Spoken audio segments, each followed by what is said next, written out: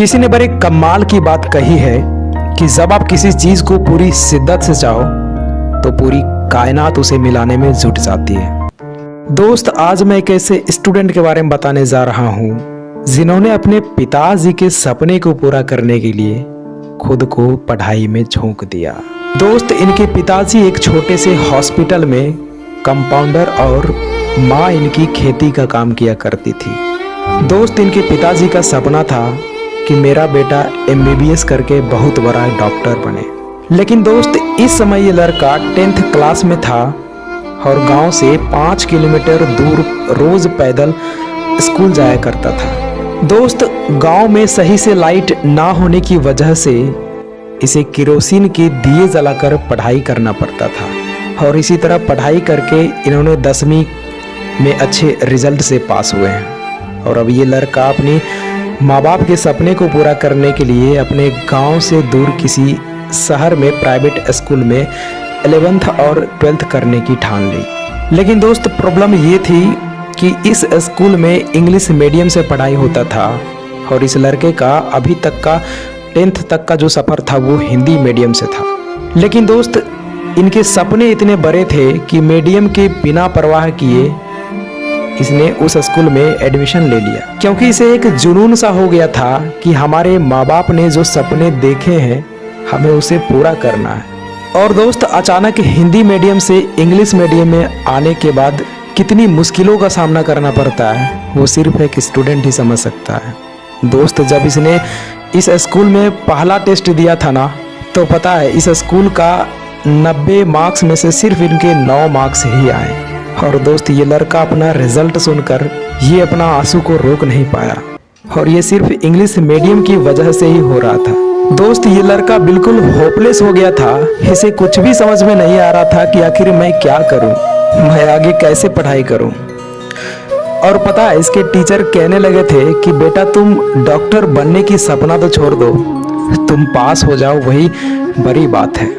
उसके बाद वो लड़का सोचने लगा कि मेरे पिताजी मेरे लिए इतना पैसा इकट्ठा कर रहे हैं और मैं किस मुंह से कह दूं कि पिताजी मुझे समझ में नहीं आ रहा, मैं कैसे कह दूं कि पापा मैं आपके सपने को पूरा नहीं कर सकता।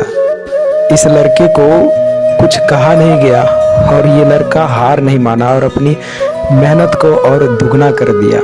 लेकिन दोस्त, ये हॉस्टल में रहते थे और रात में इसके पार्टनर लाइट बंद करके सोया करता था और इसे नाइट में ऑन करने के लिए नहीं देता था। तो दोस्त, पता है जब रूम पार्टनर लाइट बंद करके सोता था ना, तो ये वहाँ से उठकर बाथरूम में जाकर पढ़ाई किया करते थे ताकि ये अपने स्कूल में अच्छे मार्क्स को ला सके। ये इंग्लिश पे ज़्यादा फोकस करने लगे थे क्योंकि इसका मार्क्स कम आने की सिर्फ एक ही वजह था, वो था इंग्लिश मीडियम। और कभी कभी तो ये बाथरूम में रोने भी लगता था कि आखिर ये मेरे साथ ही ऐसा क्यों हो रहा है। दोस्त, जैसे तैसे करके इन्होंने 11th और 12th को पास किया और दोस्त अब उसने अपने पिताजी से कहा कि पापा अब मैं कोटा जा रहा हूँ, आप पैसे का इंतज़ाम कर दीजिए और मैं वहाँ से सफल होके ही आऊँगा, मैं डॉक्टर बन के ही आऊँगा पापा।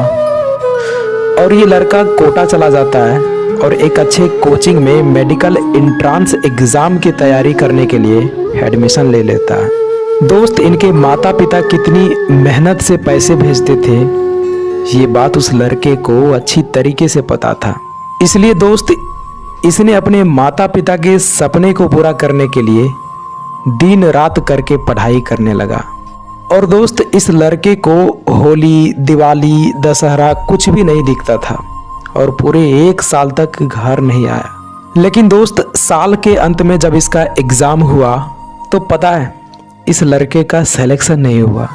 दोस्त, इनके माता पिता बहुत दुखी हुए, वो इसलिए नहीं कि मेरा बेटा का सिलेक्शन नहीं हुआ, वो ये बात सोचकर चौंक गए कि मेरा बेटा इतना मेहनत किया, वो होली, दिवाली, दशहरा कुछ भी नहीं देखा, बस पढ़ाई करता रहा, फिर भी इसका सिलेक्शन नहीं हुआ।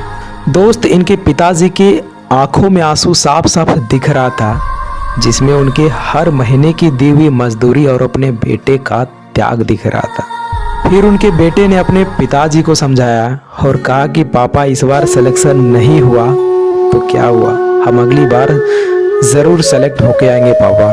हाँ प्लीज़ मुझे फिर इस बार कोटा भेज दीजिए। और दोस्त उनके पिताजी ने फिर से उन्हें कोटा भेज दिया। दोस्त फिर से उस लड़के ने दुगनी मेहनत किया और अपना सब कुछ त्याग दिया और सिर्फ पढ़ाई ही करने लगा। और 1 साल की कड़ी मेहनत के बाद एग्ज़ाम हुआ और उस लड़के का इस बार सिलेक्शन हो गया। और सिलेक्शन होने के बाद उनके माता पिता बहुत खुश हुए और ये लड़का भी कोटा से रूम खाली करके अपना घर आ गया था, क्योंकि इस लड़के को अच्छे से पता था कि काउंसलिंग के बाद मेरा अच्छा सा कॉलेज मिल जाएगा। लेकिन दोस्त वो कहते हैं ना कि कभी कभी वक्त भी ऐसा खेल खेल जाती है कि इंसान को बिल्कुल तोड़ कर रख देता है। दोस्त जब काउंसलिंग हुई और इस लड़के ने अप्लाई किया और ये लड़का श्योर था कि मुझे one of the best medical college ही मिलेगा। और दोस्त पता है जिस दिन इसका रिजल्ट आने वाला था ना, उसके 1 दिन या 2 दिन पहले ही एक न्यूज़ आती है कि जो आपने एग्ज़ाम दिया था एंट्रेंस का, वो एग्ज़ाम को कैंसिल किया जा रहा है। दोस्त इस लड़के का सारा सपना यहीं ख़त्म हो जाता है और इनकी आंखों से बिल्कुल आंसू रुक नहीं रहा था कि ये सोच रहा था कि आखिर मेरे साथ क्या हो रहा है। वो कहने लगा था कि पापा मैंने जिस एग्ज़ाम के लिए होली, दिवाली, दशहरा सब कुछ त्याग कर दिया और वो एग्ज़ाम ही कैंसिल हो गया। पापा ये मेरे साथ क्या हो रहा है, मुझे कुछ भी समझ में नहीं आ रहा। और पापा मुझे MBBS के अलावा कुछ दिखता ही नहीं है, मुझे वही करना है। तो दोस्त उनके पिताजी ने अपने बेटे का हौसला बढ़ाते हुए कहा कि बेटा तुम्हें अगर MBBS ही करना है ना, तो मैं तुझे MBBS कराने के लिए अपना घर, ज़मीन सब कुछ बेच दूंगा और तुम्हें MBBS प्राइवेट कॉलेज से करवा दूंगा बेटा, तुम टेंशन मत लो। तो दोस्त इनके बेटे ने कहा कि पापा मैं जब भी MBBS करूंगा ना तो मैं खुद के दम पर करूंगा, मुझे प्राइवेट कॉलेज नहीं चाहिए, मुझे सरकारी ही चाहिए। और वो लड़का बोला कि पापा मुझे फिर से कोटा जाना है और तैयारी करना है, मैं हार नहीं मानूंगा।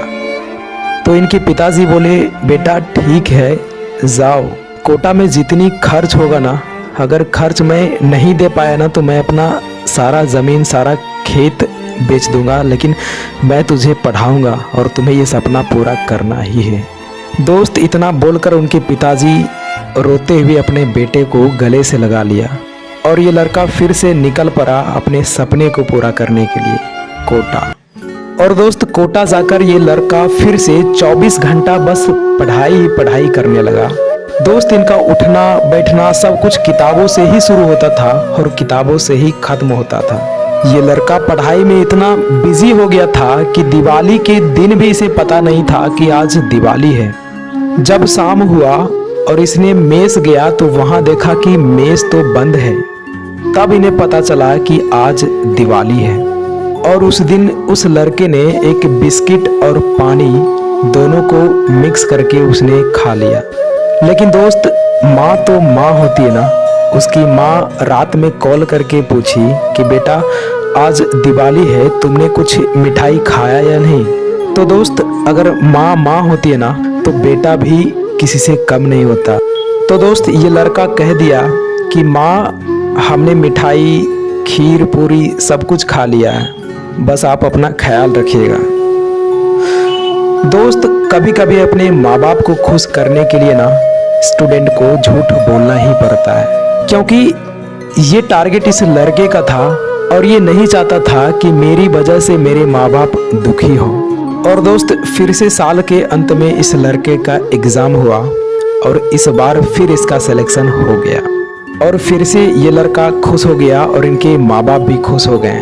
और इस बार ये लड़का श्योर था कि अब मेरा सपना पूरा हो गया। और इस बार ये लड़का बिल्कुल श्योर था कि अब मेरा सिलेक्शन होने से कोई नहीं रोक सकता, मुझे अच्छे कॉलेजेस मिल ही जाएंगे। लेकिन दोस्त गॉड भी परीक्षा उसी से लेता है ना जो बिल्कुल पहले से टूट गया होता है। दोस्त फिर से जब फाइनल काउंसलिंग का रिजल्ट आने वाला था तो उसके कुछ दिन पहले से ही कोर्ट का आदेश आता है कि जो एंट्रेंस एग्ज़ाम कंडक्ट हुआ था उसे फिर से कैंसिल किया जा रहा है। दोस्त ये बात सुनकर ये लड़का इस बार बिल्कुल अंदर से टूट गया था और साथ ही साथ अपने बेटे के मेहनत और त्याग को देखकर इनके माता पिता के भी आंसू नहीं रुक रहे थे, लेकिन अपने बेटे के सामने आंसू छुपाने की कोशिश कर रहे थे। लेकिन दोस्त, इनके बेटे अपने माता पिता के सामने था तो इनके माता पिता अपने बेटे से आंसू को छुपाने की कोशिश कर रहे थे। लेकिन दोस्त, इनके बेटे को सब पता था कि माँ बाप अब रोने लगे हैं, और एक माँ बाप की आंखों में आंसू एक बेटा कभी बर्दाश्त ही नहीं कर सकता यार।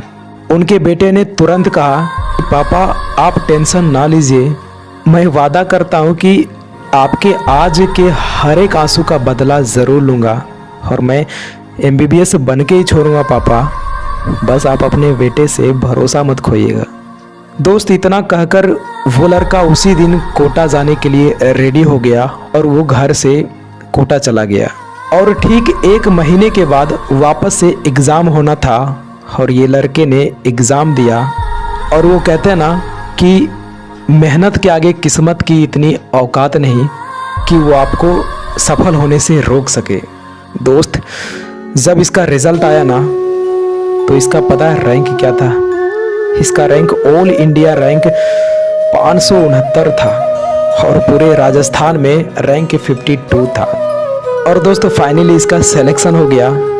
अब इनके माता पिता के चेहरे पर बिल्कुल खुशी के आंसू निकल गए, और कहने लगा कि बेटा, तेरे जगह पर अगर कोई और होता ना तो वो हार मानकर दूसरा काम कर रहा होता, लेकिन आज जो तुमने करके दिखाया ना, उससे तुम्हारे पिताजी के सर ऊंचा हो गया बेटा।